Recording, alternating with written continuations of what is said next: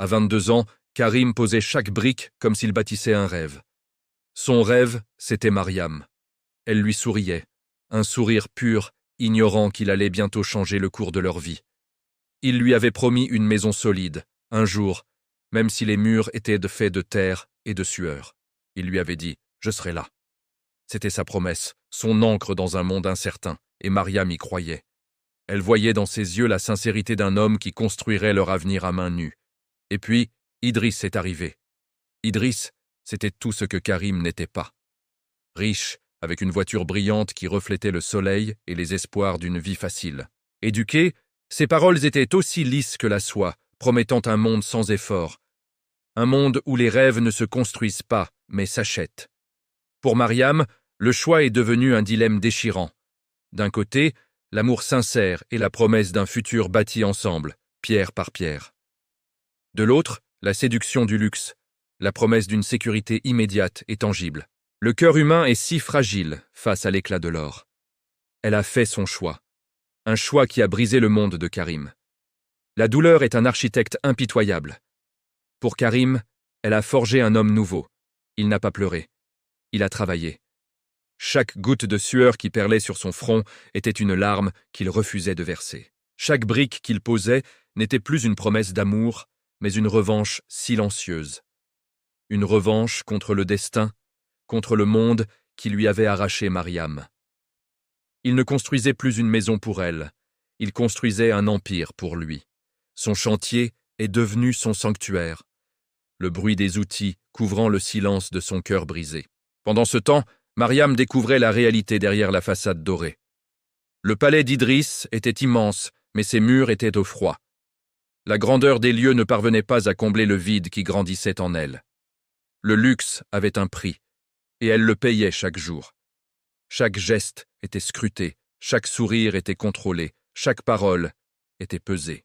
Elle n'était plus la jeune fille au sourire libre. Elle était devenue un accessoire, un trophée dans la vie d'Idriss. La cage était peut-être dorée, mais c'était une cage quand même. Puis, l'empire d'Idriss, bâti sur des sables mouvants, a commencé à s'effondrer. L'homme qui promettait la sécurité et la stabilité s'est révélé être un mirage. Ses affaires ont périclité, sa fortune s'est évaporée, et avec elle, son assurance et son charme. L'homme brillant est devenu un homme amer, brisé. Et dans sa chute, il a entraîné Mariam. Elle a tout perdu, le luxe, la sécurité illusoire, et pire encore, elle s'était perdue elle-même. Dans le silence de ses nuits, un seul nom résonnait dans son esprit, Karim. Elle est retournée sur ses pas, le cœur lourd de regret. Elle a retrouvé Karim, mais ce n'était plus le jeune homme qu'elle avait quitté. Il se tenait au milieu de son propre empire, un homme fait de la même matière que les murs solides qu'il avait érigés. Chaque bâtiment portait la marque de sa détermination, chaque mur racontait l'histoire de sa victoire sur l'adversité. Elle l'a regardé, les larmes aux yeux. « Karim, je suis désolée », a-t-elle murmuré. « J'ai tout perdu. » Karim l'a écouté, son visage impénétrable. Il avait passé des années à imaginer ce moment. La vengeance aurait dû être douce, mais en la voyant là, si vulnérable, il ne ressentait qu'une profonde lassitude. Qu'est-ce qui a le plus de valeur? Le confort matériel ou l'intégrité de son âme? Mariam a continué, sa voix brisée. J'ai fait une terrible erreur. Je pensais que la richesse me rendrait heureuse. Il lui a répondu calmement, sans colère ni triomphe. Certaines portes que l'on ferme peuvent se rouvrir, Mariam, mais certaines pièces à l'intérieur de nous restent fermées pour toujours. Il ne pouvait pas effacer le passé, ni la douleur qui l'avait transformé en force. Il lui a offert une aide matérielle, un geste de compassion, mais son cœur, lui, était une forteresse qu'elle ne pouvait plus pénétrer. Mariam a dû repartir de zéro.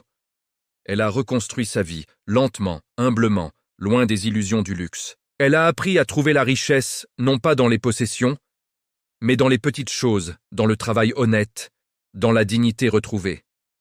Elle a compris, bien trop tard, la leçon que Karim avait apprise dans la douleur. La vraie richesse, la seule qui perdure, réside dans l'âme. Elle se trouve dans la loyauté, la persévérance et l'amour sincère. Un jour, bien plus tard, leurs chemins se sont croisés de nouveau, brièvement.